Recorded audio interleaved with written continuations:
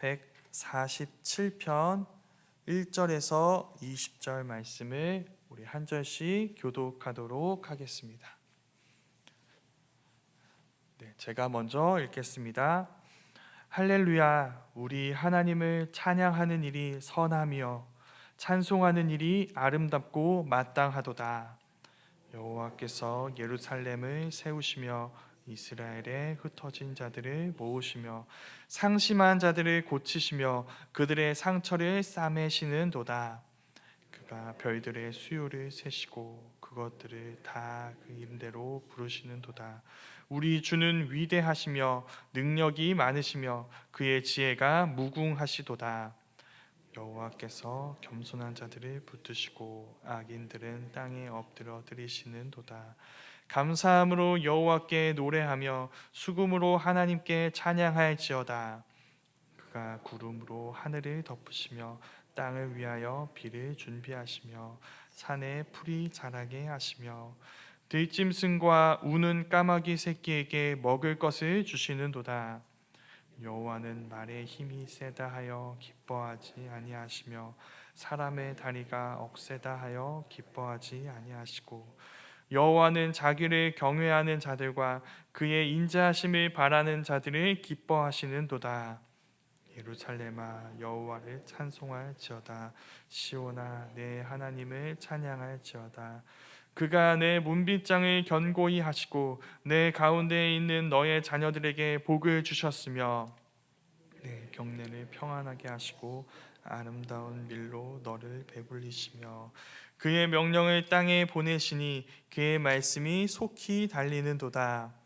눈을 양털같이 내리시며 서리를 재같이 흩으시며 우박을 떡 부스러기 같이 뿌리시나니 누가 능히 그의 추위를 감당하리요.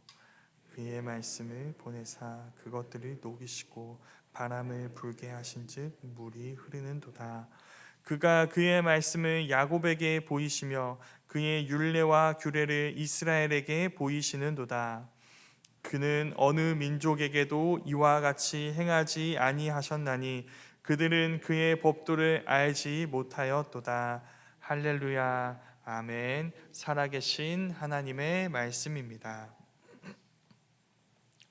오늘 우리가 읽은 시편 147편은 시편의 마지막 5편의 할렐루야 시편에 속하는 찬양시입니다. 할렐루야 시편은 어떤 시편인가? 간단합니다. 할렐루야로 시작해서 할렐루야로 끝나는 시편이 할렐루야 시편입니다. 할렐루야는 명령어입니다. 직역하면, 문자적으로 번역하면 너희 남자들아 여호와를 찬양하라 라는 뜻입니다. 그러니까 내 찬양이 나에게서 머무는 것을 넘어 너희에게도 흘러가게 하는 이 충만함이 할렐루야라는 말에 담겨 있습니다. 그럼 지금 어떤 상태인지 조금 짐작이 가시죠? 찬양이 목구멍까지 차 있다가 결국 입 밖으로 터져 나오는 상태입니다. 시인은 도무지 찬양하지 않고는 견디지 못해 할렐루야 시편으로 찬양하고 있습니다. 성도님들은 이런 순간을 만나본 적이 있으신가요? 그러니까 내 모든 언어에 찬양이 담겨 있습니다. 찬양을 내가 견딜 수 없어서, 통제할 수 없어서 찬양이 터져 나옵니다. 그런 순간들을 만나본 적이 있으신가요? 언제 그런 순간을 만나보셨나요? 보통 이 질문 앞에서 우리가 떠올리는 것은 바로 우리가 만나면 굉장히 아름다운 상황입니다.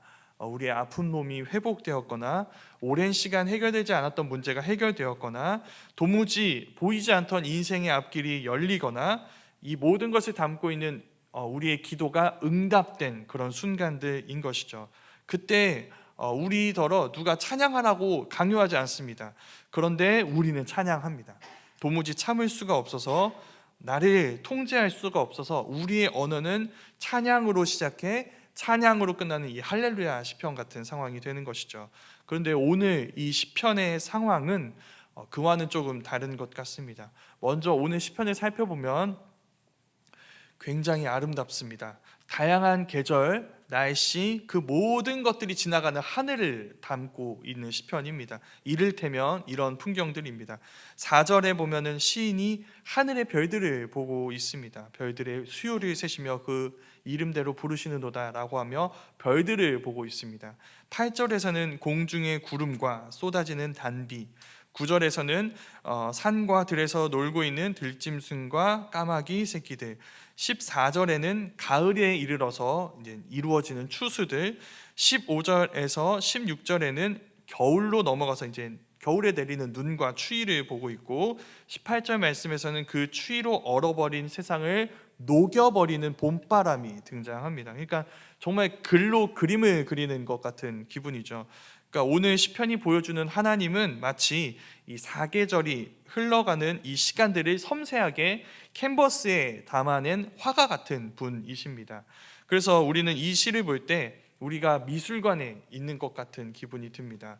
그래서 시인도, 이 글을 쓴 시인 역시도 미술관의 작품들을 감상할 수 있는 비교적 평안하고 안정된 상황에 있다고 생각하기 쉽습니다. 그런데 조금만 더 세밀하게 이 시편을 읽어보면 우리는 이 시편 곳곳에 드리워진 어두운 모습들을 보게 됩니다. 2절에서 시인이 이렇게 노래했습니다. 여호와는 예루살렘을 세우시며 흩어진 이스라엘 백성들을 모으시는 분입니다. 이렇게 시인이 예루살렘을 세우시고 흩어진 이스라엘 백성들을 모으시는 하나님을 부르고 있습니다. 여호와 하나님을 부르고 있습니다. 무슨 뜻일까요? 예루살렘이 무너져 있습니다. 이스라엘 백성들이 포로 신분으로 뿔뿔이 흩어져 버렸습니다.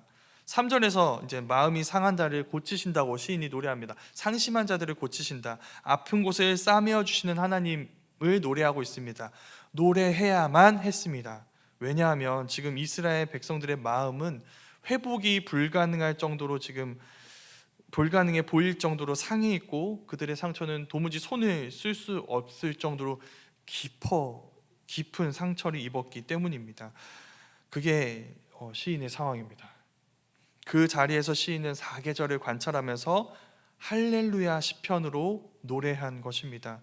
그래서 이젠 우리의 관심은 시인에게 쏠리게 됩니다. 이 시인은 어떤 사람일까요? 먼저 그는 현실을 회피하는 사람이 아닙니다. 눈앞의 상황을 외면하고 아름다운 자연만 보며 현실을 잊어버리려고 하는 것이 아닙니다. 그랬다면 그는 우리가 지금 살펴본 이 어둠들에 대해서 이야기할 수 없었을 것이고, 우리는 그의 어두운 현실을 알 수 없었을 것입니다. 그는 눈을 부릅뜨고 우리보다 훨씬 더 섬세하게 그의 현실을 지금 바라보는 중입니다. 그런데 그게 다가 아닙니다. 그는 그 어둠을 뚫고 비춰오는 눈부신 하나님의 영광을 바라보고 있습니다. 그래서 그는 달라진 현실로 인해 하나님을 찬양하는 것이 아니라 이 현실보다 크신 하나님을 바라보며 하나님을 찬양합니다. 무려 할렐루야 시편으로 말이죠. 그게 오늘 말씀이 이야기하는 첫 번째 메시지입니다. 우리의 현실을 따라서 하나님을 찬양하는 건 시편이 아닙니다. 우리의 어둠 속에서 그 현실이 이기지 못하는 하나님을 기억하고 노래하는 것, 그게 시편입니다. 우리가 그 시편을 배우고 노래하기 시작할 때 우린 우리의 현실이 아니라 하나님의 현실을 목격하게 되고, 여전히 그분의 손이 일하고 계신 모습을 발견하며 그 하나님이 행하실 일들을 기대하고 소망하게 됩니다. 그래서 우리도 시편 기자를 따라 상황이 아닌 하나님으로 인해 찬양하기 시작합니다. 이렇게 지금 시인은 상황의 지배를 받고 있지 않습니다. 상황을 주도하고 있습니다. 그는 하나님을 바라보며 하나님 편에 서서 그의 상황을 다스릴 줄 아는 사람입니다. 시인은 겨울에도 얼음을 녹이는 봄바람을 노래할 줄 아는 사람인 것이죠. 그 대표적인 예가 가장 첫 부분에 나옵니다. 4절 말씀의 별 이야기입니다. 제가 한번 읽어보겠습니다. 그가 별들의 수효를 세시고 그것들을 다 이름대로 부르시는도다. 이 말씀 어떻게 들리시나요? 이 문장은 그냥 이제 하늘의 별들을 보고 별이 참 예쁘구나, 하나님이 아름답게 지으셨구나라는 것을 노래하는 것이 아닙니다. 유다 왕국이 바벨론 제국에 의해서 망했습니다. 바벨론 제국이 현재 세계 최강입니다. 그런데 그 바벨론 제국을 움직이는 것이 이 별들이었습니다. 무슨 말이냐면 바벨론 사람들은 별들이 나라와 개인의 운명을 결정한다고 믿고 열심히 별을 관찰하는 사람들이었다는 것이죠. 그런데 그 바벨론 제국에 의해 망한 유다 백성 중 한 사람이 이렇게 이야기합니다. 여호와 하나님이 그 별들의 창조주이십니다. 그가 그 별들을 세시고 그 이름을 부르시는 분이십니다. 그렇기에 2절 말씀처럼 고백했던 것이죠. 그런 창조주 하나님이시라면, 별들을 창조하시고 별들을 그 이름대로 부르시는 분이라면 그런 여호와께서 예루살렘을 다시 세우실 것입니다. 이스라엘의 흩어진 자들을 다시 모으실 것입니다. 이 세상은 바벨론 제국에 그 바벨론이 꼼짝 못하는 별들의 움직임에 달린 것이 아니라 하나님께 달려 있습니다. 그 창조주 하나님을 믿는다면 우리는 그 하나님이 새롭게 창조하실 일들을 기대할 수 있고 목격할 수 있다고, 그래서 우리는 그 하나님을 찬양할 수 있다고 시인이 노래하는 것이죠. 그 기대가 어떻게 실현되었는지를 우리는 복음을 통해 보게 됩니다. 하나님은 시인이 목격한 것, 그 죄와 죽음으로 가득 찬 세상을 끝내시고 원래 하나님이 꿈꾸셨던 그 모습으로 이 세상을 새롭게 창조하시기 위해 자기 아들을 이 땅에 보내셨습니다. 그 하늘의 별보다 더 높은 곳에 있었던 그 하나님의 아들을 이 땅에 보내셨던 것이죠. 그 안에서, 그 하나님의 아들 안에서 우리는 오늘 말씀을 그냥 기대로만 보지 않습니다. 현실로 보게 됩니다. 시인이 노래한 것처럼 하나님은 하나님과 멀어져서 흩어져 있던 우리를 하나님의 아들 안에서 하나 되게 하시는 그 복음을 믿고 고백하는 사람들이기 때문이죠. 하나님이 하나님의 아들 안에서 흩어져 있던 우리를 하나 되게 하셨습니다. 하나님은 예루살렘을 넘어 하나님이 예비하신 새 하늘과 새 땅, 그 새로운 세상에 세워진 거룩한 도시 새 예루살렘을 바라보게 하시는 분이십니다. 우리는 그 날을 기대하며 지금 여기에서 그 예수 그리스도 안에서 그 하늘의 시민으로 사는 사람들입니다. 그 하나님이 새롭게 창조하신 세상에 하나님 나라 백성으로 살아가는 사람들, 그게 우리들인 것이죠. 그 믿음을 가질 때 우리는 어떻게 될까요? 우린 시작도 끝도 할렐루야라고 고백하는 그 할렐루야 시편을 부르는 이 시인이 될 수 있습니다. 이 시인처럼 노래할 수 있는 사람들이 됩니다. 우리의 상황을 주관하시는 창조주 하나님을 놀라워하고 노래하며 어둠 속에서도 빛을 바라보며 그 빛을 노래하고 그 노래가 나를 넘어서 다른 이들에게까지 흘러가게 하는 그 시인의 노래를 함께 할 수 있는 것이죠. 그 일이 오늘 우리에게도 이루어질 수 있었으면 좋겠습니다.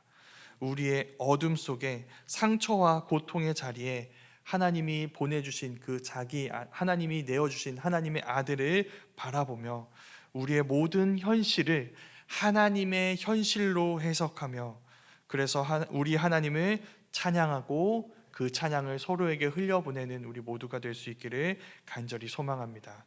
그럼 우리 모두 인생의 겨울을 만난 수많은 이들의 얼음을 녹이는 봄바람이 되어줄 수 있을 것입니다. 그런 우리가 되기를 주님의 이름으로 축원합니다.